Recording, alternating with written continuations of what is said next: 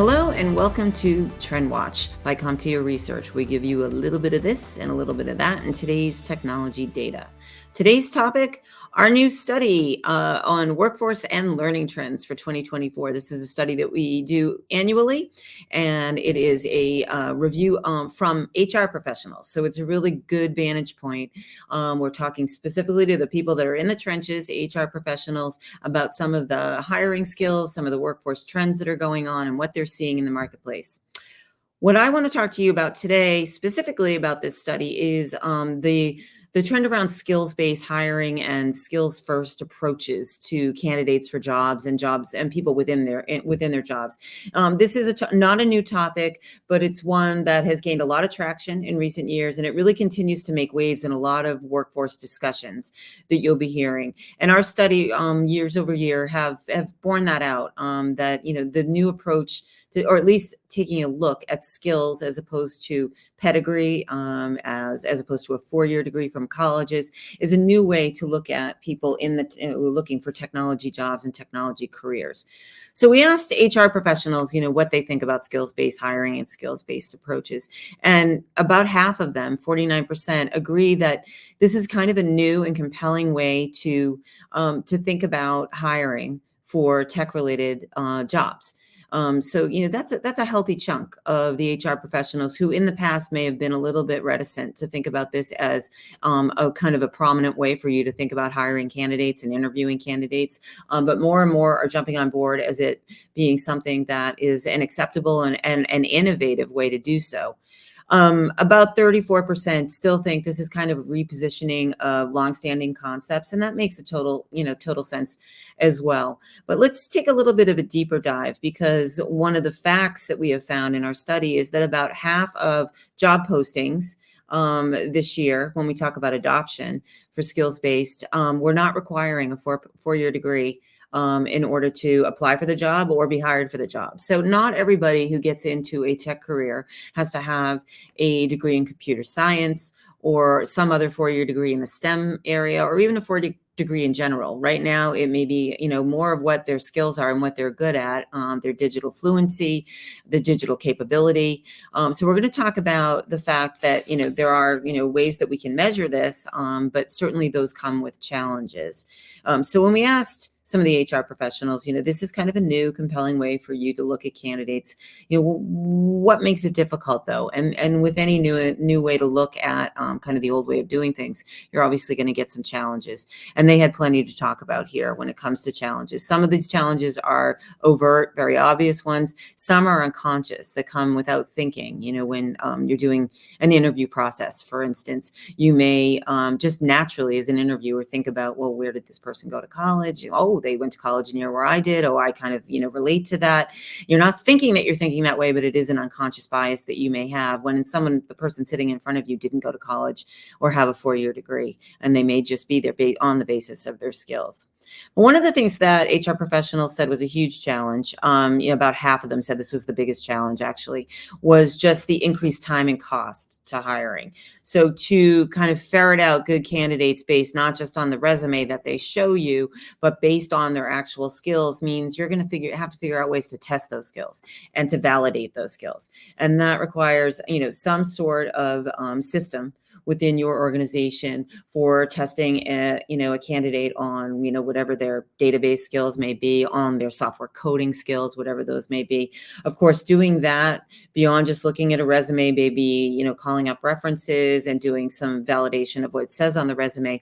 The skills-based type of testing and validation is definitely going to take more time. And with that will probably involve some tools, technology tools that you'll need to use, possibly some other people that you'll have to pull in and pay. So the cost is going to go up as well. So, when you move to some skills-based approach, you are going to have the resources in place that will help you do that.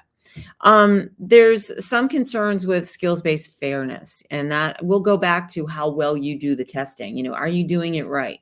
Are you able to test for the right skills? If you test somebody on their software coding skills, does that necessarily mean that they're going to fit perfectly in the job that you're going to give them? And it may not. I mean, some of the skills that you can't test are going to be really important to the job you might be hiring for. So you may test somebody in the area of software development, see that they are an amazing coder. They can write code like crazy. Any challenge that you give them for code writing, they pass.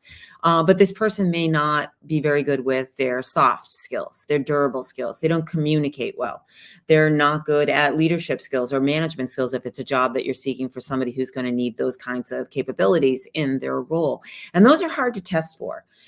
So you may hire somebody that's just an amazing technician and you are able to test for those skills, and then they get into the job and the fit in terms of some of those intangibles, the soft skills, the leadership skills, the management skills aren't there. And that's hard to test for.